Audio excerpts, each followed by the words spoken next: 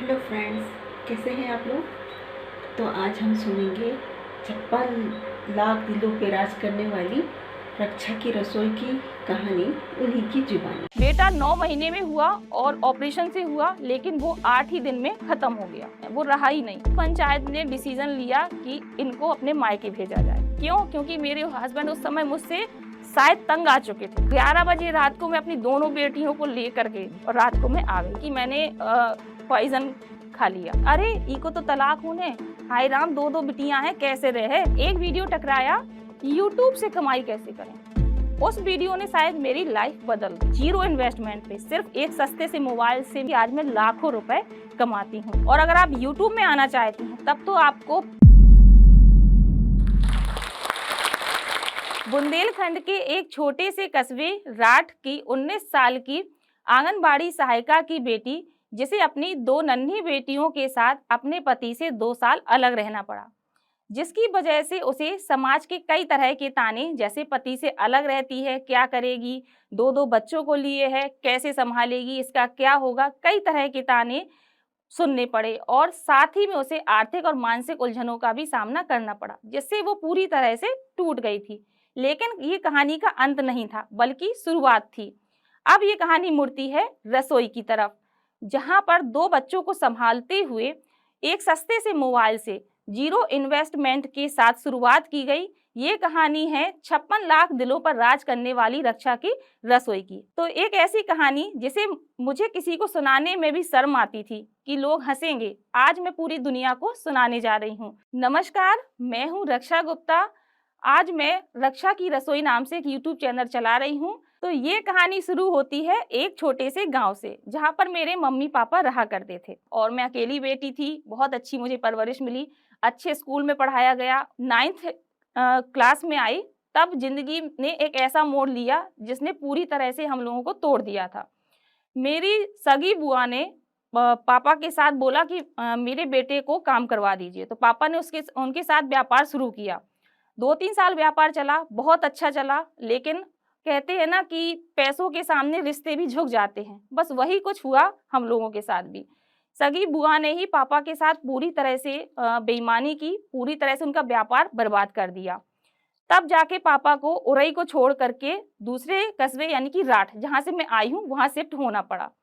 अब स्थिति ये थी कि एक भी रुपए नहीं था हम लोगों के पास, कैसे घर का खर्च चलता, कुछ भी नहीं था। पापा बिल्कुल घर पर बैठ चुके थे, व्यापार करने के लिए भी पैसे नहीं थे। वो वक्त बड़ा ही कठिन था मेरे लिए, लेकिन भगवान की कृपा हुई, मेरी मम्मी की नौकरी लग गई आंगनबाड़ी सहायिका में।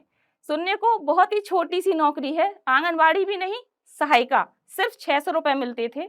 तो वो 600 रुपए उस समय ऐसा लगता था कि शायद भगवान ने 6000 के बराबर कर दिया और घर का खर्च चल जाएगा। तो मम्मी सिलाई भी किया करती थी, तो उससे कुछ खर्च चल जाता था। जब मेरी बीएससी आई तो मुझे लगा मुझे कुछ करना चाहिए, ऐसे काम नहीं चलेगा, पापा मम्मी बहुत परेशान रहते हैं मेरे लिए। तब मैंने खुद डिसाइड किया कि मैं ट्यूशन पढ़ाऊंगी छोटे बच्चों को। तो मेरे गांव के ही कुछ बच्चे थे जो उसी कस्बे में रहते थे। फिर एक मोड़ और आता है, मेरी शादी हो जाती है बीएससी फाइनल में। तो मुझे लगता है कि ये मेरे लिए अच्छा होगा कि अच्छे घर में शादी थी, ससुराल वाले बहुत ही पैसे वाले थे।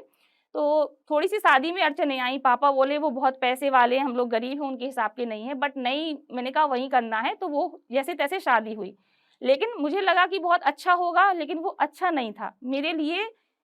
उस समय संघर्ष शायद सबसे ज्यादा रहा, क्योंकि माँ बाप के लिए आपको संघर्ष भले ही करना पड़े, लेकिन समझ नहीं आता है कि आपने संघर्ष किया है। शादी के बाद आपको जो संघर्ष होता है ना, वो आपके खुद के लिए होता है, आपको हर चीज खुद करनी पड़ती है, तब समझ आता है कि ये हमारी सच में संघर्ष है। वही मेरे साथ हुआ। वहां पहुंची, मेरे पति का जो व्यापार था वो पूरी तरह से बर्बाद हो चुका था। जिसके साथ आप जुड़े हुए हैं, जब तक वो कुछ नहीं करता है आपकी कोई वैल्यू नहीं है। वही मेरे साथ हुआ।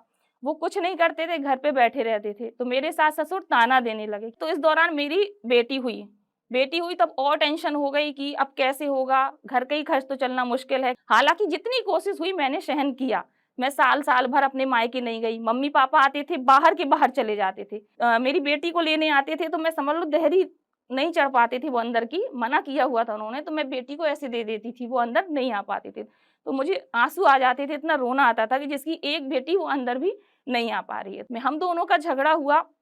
हस्बैंड ने मेरे पापा को फोन करके बुलाया, उन्होंने कहा आपका मैटर है, आप सुलझाइए ना।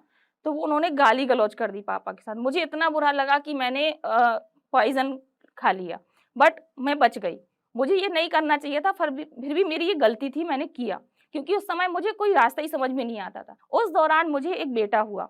बेटा 9 महीने में हुआ और ऑपरेशन से हुआ, लेकिन वो 8 ही दिन में ख़त्म हो गया, वो रहा ही नहीं। कारण डॉक्टर ने बताया ये बहुत टेंशन लेती है, जिसकी वजह से कुछ प्रॉब्लम आ चुकी थी, तो वो मैच्योरिटी नहीं हो पाई बच्चे में। तो इस चीज़ ने भी मुझे बहुत ही ज़्यादा झकझोर दिया, क्योंकि एक तो मैं इस टेंशन में थी, ऊपर वाले समाज के लोग आते थे तो वो ताने मारते थे, बेचारी का ऑपरेशन हो गया, लड़का भी नहीं रहा, लड़का हुआ था बताओ। तरह-तरह के ताने सुनने को मिले। फिर 1 साल बाद मेरी दूसरी बेटी हुई। अब लगा कि 2-2 बेटियाँ हो गईं, खर्च बराबर हैं, उतनी कमाई है नहीं, कैसे चलेगा? लेकिन कहीं न कहीं एक चीज़ थी मेरे अंदर कि मुझे एक जज़्बा था कि मुझे कुछ करना है। एक जो जीजीआईसी कॉलेज होता है गवर्नमेंट, मैंने वहाँ पढ़ाना स्टार्ट कर दिया। अच्छी खासी ट्यूशन आने लगी तो मेरा खर्च चलने लगा। लेकिन मेरे बच्चे के स्कूल की वजह से मुझे वो स्कूल छोड़ना पड़ा, मैं नहीं पढ़ा पाई वहाँ पर। फिर मैंने बैंगल्स बनाना स्टार्ट किया यूट्यूब से देख कर के। तो मैंने उसको फिर यूट्यूब पर सर्च किया, गूगल पर सर्च किया कि ऑनलाइन सेलिंग कैसे करें। तब मुझे एक वीडियो टकराया, यूट्यूब से कमाई कैसे करें। उस वीडियो ने शायद मेरी लाइफ बदल दी। मेरे मन में मैंने बहुत वीडियोस देखे, मेरे मन में ये सवाल हमेशा आता था, लोग कहते थे चैनल को सब्सक्राइब करो। मैं बोलती थी क्यों करूँ? इनको ये कह रही हैं, इनको फ़ायदा होगा, मुझे नुकसान ना हो जाए, मेरा कुछ चला ना जाए, मैं नहीं करने वाली सब्सक्राइब। तो मैं सब्सक्राइब भी नहीं करती थी किसी की चैनल को, डर की वजह से। लेकिन जब मुझे पता चला कि यूट्यूब से कमाई करते हैं, तो फिर मैंने उस चीज़ को डीपली देखा, क्या है, क्या नहीं, उसको समझा। तो इतना समझ में आ चुका था कि यूट्यूब से कमाई होती है और ये फेक नहीं है। इतना कहीं न कहीं समझ में आ गया था।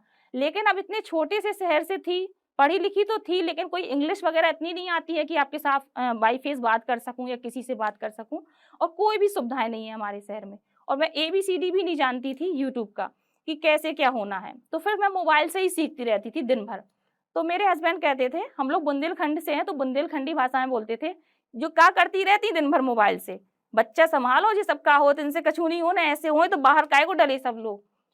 तो डाँटने लगते थे, तो मुझे लगता था अब ये डाँट रहे हैं तो उनके सामने मोबाइल रख देती थी। लेकिन जब बच्चे रात को सो जाती थी, दोनों बेटियाँ और हस्बैंड, तो फिर मैं मोबाइल उठाती थी। वो लगन ऐसी लगी थी कि नहीं, कुछ तो सच्चाई है यूट्यूब में, करके दिखाना है मुझे।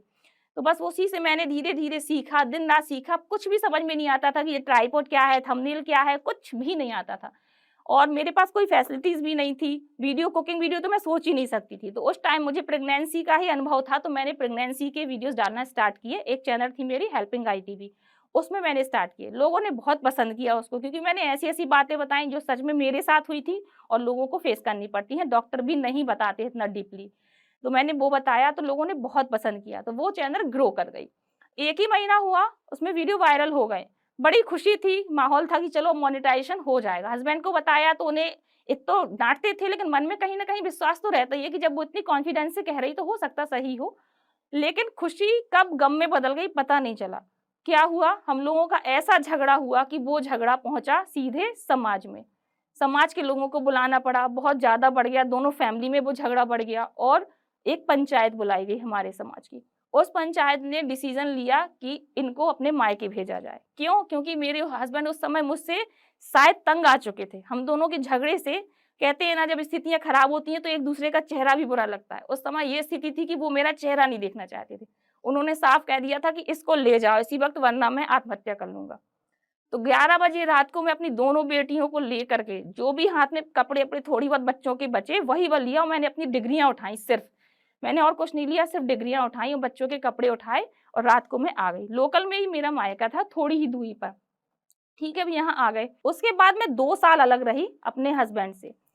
उसके बाद मुझे इतने ताने सुनने पड़े, लोगों को पता नहीं था कि मैं सक्सेस हो रही हूँ, क्योंकि मैं बहुत छोटे रूप में सक्सेस थी, तो मैं किसी को बताना भी नहीं चाहती थी।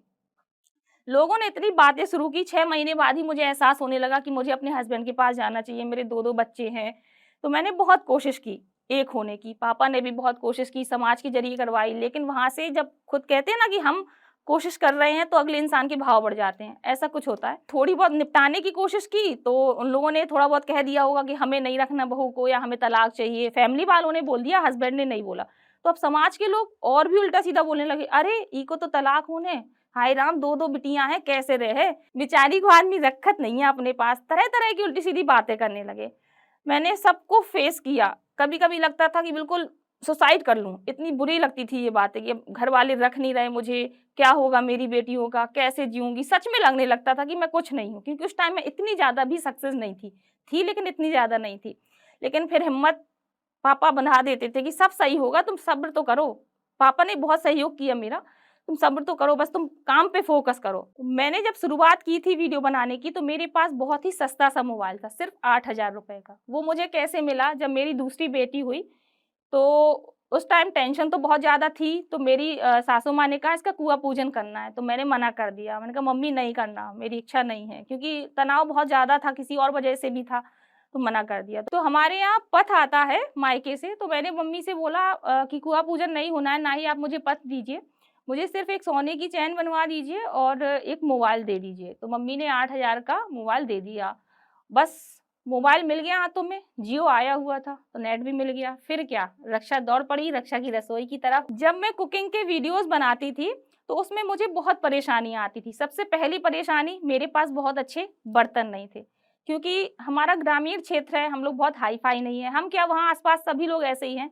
तो पुराने ज़माने की मम्मी लोग हैं, तो पुराने ज़माने की कढ़ाई-वढ़ाई रखी रहती हैं, किनारे वो जली हुई हैं। कोई स्टील के बर्तनों का इस्तेमाल होता है, और जब तक आप पैसे कमा नहीं लेते तो खर्च करने में भी मज़ा नहीं आता। मैं बहुत कंजूस हूँ, आज मैं इतना कमाती हूँ फिर भी हिसाब से ही रखती हूँ सब कुछ। तो मेरे पास ये सब चीज़ें बिल्कुल नहीं थी, और जो गैसेस थी वो भी सब ऐसे ही थी, किचन भी है तो बनाना भी नहीं आता था वीडियो, कुछ नहीं था। लेकिन मैंने क्या किया, मैंने कोई कभी भी हाई-फाई रेसिपी पे फ़ोकस नहीं किया। मैंने ये नहीं देखा कि दूसरे क्या बना रहे। मैंने हमेशा वो चीज़ बनाई मेरे घर पर क्या बनता है। अगर आप एक यूट्यूबर हैं या बनने की सोच रही हैं मेरी तरह, तो एक चीज़ याद रखिए कि आपके घर में जो बनता है वो लोगों के लिए नया है। क्योंकि हर किसी का खान-पान अलग होता है, इसलिए मैंने घर पे जो बनता था, मेरे पापा कुकिंग बहुत करते हैं घर पे, हम लोगों के लिए कभी मसाला ही छौंक देते हैं, कभी कुछ बना देते हैं, तो मैं वही शूट करके डाल देती थी। मुझे बोलना भी नहीं आता था। अगर आप पुराने वीडियोज़ मेरे देखेंगी तो सच मानिए आपको बहुत ही हँसी आएगी। ना बोलने की कोई आता था, ना ही बनाने का कोई तरीका था, जैसा था बिल्कुल मैंने डाल दिया। लेकिन लोगों ने मेरी रेसिपी पर फ़ोकस किया, मेरे दिखावे पर नहीं। और आज भी आप मेरे वीडियोज़ देखेंगे, मुझे ज़्यादा दिखावा आता ही नहीं है। मैं अकेले ही वीडियो बनाती हूँ, अकेले ही एडिटिंग करती हूँ, सब कुछ अकेले करती हूँ। मेरी किचन इतनी छोटी है कि एक ट्राइपॉड, एक रिंग लाइट भर बनती है, उसके अलावा आप सोचिए कि कोई टीम मैं अरेंज करूँ तो मेरे पास कुछ नहीं है, मैं खुद ही सब कुछ करती हूँ। और आज भी मेरी आदत है कि अगर मुझे वही कढ़ाई मिल जाएगी, नहीं धुली है, मेड नहीं आई है, तो मैं वही ले लेती हूँ। वही स्टील की प्लेट मिल जाती है तो मैं वही ले लेती हूँ। 21 तारीख को मेरी बेटी का जन्मदिन था, तो मुझे किसी ने बताया था, जो अदर यूट्यूबर्स थे, कि वो 21 तारीख को मेल करता है यूट्यूब कि आपका जो पेमेंट है $100 हो गया है, तो आपके बैंक में भेज दिया जाएगा। तो बर्थडे के दिन सारे गेस्ट चले गए थे, तो मैं रात भर मेल का इंतज़ार करती रही। पूरी रात यूट्यूब की तरफ से कोई मेल नहीं आया। अब पहली बार था तो इतना डर लग रहा था कि सबके सपने टूट जाएँगे, सब कुछ बिखर जाएगा। शायद ऐसा लग रहा था कि इसी पे सबके सपने मतलब सज चुके हैं।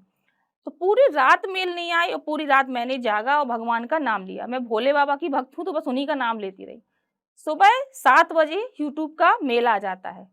तो मैंने मेल देखा तो मुझे बहुत खुशी हुई, और अगले दिन ही बैंक में पेमेंट आ जाता है। तो मैंने पापा को बोला, पापा मेरे 18,500 रुपए बैंक में आ गए हैं, आप जल्दी से आ जाइए और मुझे बैंक लेके चलिए। तो इतनी ज़्यादा खुशी हुई उन 18,500 रुपए में, कि आज जब मैं लाखों कमाती हूँ तो उसमें मुझे वो खुशी नहीं होती है। मैं मेरे माइंड में एक दिन आया कि मेरे बापू थे, मतलब हम मेरे दादाजी, हम लोग बापू बोलते हैं उनके, तो वो भगवान के पास चले गए, अभी हैं नहीं, लेकिन वो चाय बहुत अच्छी बनाते थे। जब हम लोग जाते थे उनकी चाय पूरी गाँव पीने आता था। उनकी चाय 1-1 घंटे में बनती थी, बहुत धीमी आँच में वो चूल्हे में पकाते रहते थे। तो वो चाय हम लोगों को बहुत अच्छी लगती थी, पूरा गाँव दीवाना था उनकी चाय का। तो मैंने अपने बापू की चाय ही डाल दी, और कुछ बुंदेलखंडी भाषा के शब्द यूज़ कर दिए। जैसे हम लोग बुंदेलखंड में बोलते हैं, अदरक के अच्छे से कुचर दो, ऐसे बोलते हैं। तो लोगों को खूब पसंद आई, लोगों ने कमेंट भी किए, किसी ने बुरे किए, किसी ने अच्छे किए। कुचर दो, लो मैम क्या कह रही हैं, कुचर दो। और ये सब बातें बताएँ कि बापू बहुत देर तक चुराते चाय के, तब अब बहुत अच्छी लगती, मतलब बुंदेलखंडी भाषा में। तो लोगों ने उसको खूब पसंद किया, वो वायरल हो गई। वायरल हो गई तो मुझे बहुत ज़्यादा इंस्पिरेशन मिला कि अब और वीडियोज़ डालना चाहिए, तो मैंने और स्टार्ट किया। धीरे-धीरे वो भी अच्छी रफ्तार पकड़ने लगे, व्यूज़ आने लगे। पता ही नहीं चला कि रक्षा की रसोई कब 0 सब्सक्राइबर से मिलियंस में पहुँच गई। तो अगर आप भी मेरी तरह एक हाउसवाइफ़ हैं, और आपने भी कई तरह से संघर्ष किया हुआ है, आपको भी लगता है कि आपको कुछ करना चाहिए, तो सबसे पहली बात, मन में आप अपने ऊपर विश्वास रखिए। मेन पॉइंट होता है। अगर आपको अपने ऊपर विश्वास नहीं होगा, आप सच में कुछ नहीं कर पाओगे। विश्वास के साथ साथ ये सोचिए कि मैं जो कर रही हूँ पूरी लगन से करूँगी और पेशेंस के साथ करूँगी। और अगर आप यूट्यूब में आना चाहती हैं तब तो आपको पेशेंस रखना ही होगा, क्योंकि यूट्यूब एक ऐसा प्लेटफॉर्म है जहाँ पर जल्दबाजी में कुछ भी नहीं होने वाला। हो सकता है आपको साल भर मेहनत करनी पड़े, हो सकता है 2 साल भी मेहनत करनी पड़े, हो सकता है वो महीने भर में ही सब कुछ हो जाए। ये आपकी किस्मत और समय पर डिपेंड करता है, जैसा कि मेरे साथ हुआ कि महीने 2 महीने में ही मुझे सक्सेस मिल गई। तो आप ये मत सोचिए कि मेरे पास अच्छा कैमरा नहीं है, मेरे पास अच्छे-अच्छे बर्तन नहीं हैं, मेरे पास अच्छी किचन नहीं है, कुछ भी ज़रूरत नहीं है अच्छा होने की। आजकल आपने देखा होगा कि विलेज जो चैनल होती हैं, विलेज चैनल, उसमें जो कुकिंग वीडियोज़ चल रहे हैं ना, बहुत ज़्यादा चल रहे हैं। लोग बहुत पसंद करते हैं विलेज चैनल को। क्यों? क्योंकि लोगों को उनका कंटेंट नज़र आता है, लोगों को ये सब वातावरण अच्छा लगता है। तो आप ये नहीं सोचिए कि मेरे पास हाई-फाई हर चीज़ होनी चाहिए, आप अपनी रेसिपी पर फ़ोकस करिए। नया से नया करने की कोशिश करिए, और नया क्या है, जो आपके घर में बन रहा है वही नया है। क्योंकि हो सकता है आपके यहाँ कोई ऐसी रेसिपी बनती हो, सबके यहाँ अलग-अलग खाना बनता है, वो मेरे यहाँ नहीं बनती है, और जो मेरे यहाँ बनता है हो सकता है आपके यहाँ ना बनता हो। तो पहले हम अपनी चीज़ पहुँचाएँ ना लोगों तक, क्यों हम दूसरों की चीज़ों को पहुँचाएँ। जैसे शाही पनीर है, सब कोई जानता है, लेकिन कुछ पनीर आपके यहाँ अलग तरीके से बनती होगी, आप अपनी पनीर डालिए ना, वो लोगों को नया लगेगा। तो स्टार्टिंग में क्यों खर्चा करना, जो घर पे बन रहा है वही डालिए ना, और बिल्कुल भी खर्च करने की ज़रूरत नहीं है। जो आपको बिल्कुल सादा-सा जो घर का खाना है वो डालिए, फिर आप बाद में कुछ नया करने की सोचिए, कुछ नई चीज़ें ट्राई करिए, उसको बनाइए। तो कोई टेंशन लेने की ज़रूरत नहीं है कि आपकी किचन अच्छी नहीं है, गैस है कि नहीं, उसमें चूल्हा है, बस उसको आप मोबाइल को लगाइए। मोबाइल भी महँगा लेने की ज़रूरत नहीं है, मोबाइल सस्ता-सा है, एक 200 ₹250 की टॉर्च आती है, सभी घरों में होगी साइड में, वो रख लीजिए। स्टार्टिंग आप उससे करिए। तो जब आप लाखों कमाने लगेंगे ना, तब आप खर्च करिए। जैसे आज मैं लाखों कमाती हूँ, अब जाके मैंने अपने लिए 6 महीने पहले एक कैमरा लिया हुआ है। अभी तक मैं मोबाइल से ही बनाती थी। वो भी मुझे आज भी कैमरे की कोई नीड नहीं है, बट मैंने ले लिया कि सब लोग बोलते थे इतनी बड़ी यूट्यूबर है, कैमरा भी नहीं है। आज भी मुझे पापा से 10-10 रुपए माँग करके खर्च करना बहुत अच्छा लगता है। 100 रुपए चाहिए हो चाहे 1000, मैं पापा से बोलती हूँ, पापा 100 रुपए है क्या? तो पापा हँसने लगते हैं, देखो जो लाखों कमा रही, पूरे घर का खर्च चलाती है, सबके लिए इतना करती है, वो मुझसे 100-100 रुपए माँगती है। लेकिन मुझे जो सुकून पापा से आज पैसे माँगने में मिलता है, वो सच में खुद के खर्च करने में मज़ा नहीं आता। इसलिए मैंने बहुत स्ट्रगल किया है। आप समझ सकते हैं कि पति के बिन 2-2 बच्चों के साथ अलग रहना, समाज के ताने सुनना कितनी बड़ी चीज़ होती है। आज वही समाज मेरी तारीफ़ किए बिना रह नहीं पाता। वही समाज, वही ससुराल वाले, वही सब कोई मेरी इतनी तारीफ़ करता है कि आप सोच भी नहीं सकते। तो उसके बाद जब मेरी बेटी का दूसरा जन्मदिन आया, तो मेरे हस्बैंड उस बर्थडे में आए, हम लोगों के जो झगड़ा था वो ख़त्म हो गया, आज सब कुछ अच्छे से चल रहा है। इस तरीके से मैंने 0 सब्सक्राइबर से 56 लाख सब्सक्राइबर तक का मुकाम हासिल किया, और आज मैं 0 इन्वेस्टमेंट पे सिर्फ़ एक सस्ते से मोबाइल से मैंने इतने वीडियोज़ बनाए और इस मुकाम तक पहुँची हूँ कि आज मैं लाखों रुपए कमाती हूँ। तो आज सभी को ये नज़र आता है कि रक्षा की रसोई एक बहुत बड़ी चैनल है, लाखों रुपए कमाती है, लेकिन उस एक-एक सब्सक्राइबर करके ये फैमिली बनाई है, इतना संघर्ष करके ये अपने आप को इस मुकाम तक लाया है, वो शायद किसी को नज़र नहीं आता। तो बस आपको भी यही करना है, और आप आज से ही शुरुआत करें। तो यूं ही नहीं मिलती राही को मंजिल, एक जुनून सा दिल में जगाना पड़ता है। पूछा पंछी से कैसे बना घोंसला, बोली भरनी पड़ती है उड़ान, बार बार तिनका तिनका उठाना पड़ता है। तो आप भी इन लाइनों को याद रखिए, और इन लाइनों को याद रखते हुए शुरुआत करिए। तिनका तिनका करके आप भी एक मुकाम जरूर हासिल कर पाएंगे। अगर ये वीडियो देखने के बाद आपको लगता है कि आपको एंटरप्रेन्योर बनने का या बड़ा बिजनेस स्टार्ट करने का रोड मैप मिल चुका है, तो रुकिए। बड़ा बिजनेस स्टार्ट करने के लिए हम सबको एक स्किल का आना बहुत जरूरी है। कम्युनिकेशन एक एंटरप्रेन्योर के लिए एक ट्रम्प कार्ड की तरह होता है, और आज के हाइपर कनेक्टेड जमाने में इंग्लिश कम्युनिकेशन जैसी ग्लोबल स्किल का होना बहुत ही ज्यादा इंपॉर्टेंट है। इस ग्लोबल स्किल को सीखने के लिए और अपना बड़ा बिजनेस स्टार्ट करने के लिए जोश टॉक्स के पास हम सभी के लिए एक सोल्यूशन है। जोश स्किल्स ऐप भारत का number 1 spoken English learning app है, जिसके जरिए हम अपनी इंग्लिश कम्युनिकेशन स्किल्स को वर्ल्ड क्लास बना सकते हैं। जोश स्किल्स ऐप पे आपको प्रैक्टिस करने के लिए मिलता है अपनी कम्युनिकेशन स्किल्स को, वो भी अन्य स्टूडेंट्स के साथ। घबराइए मत, इस कॉल का आपको कोई चार्ज नहीं लगेगा।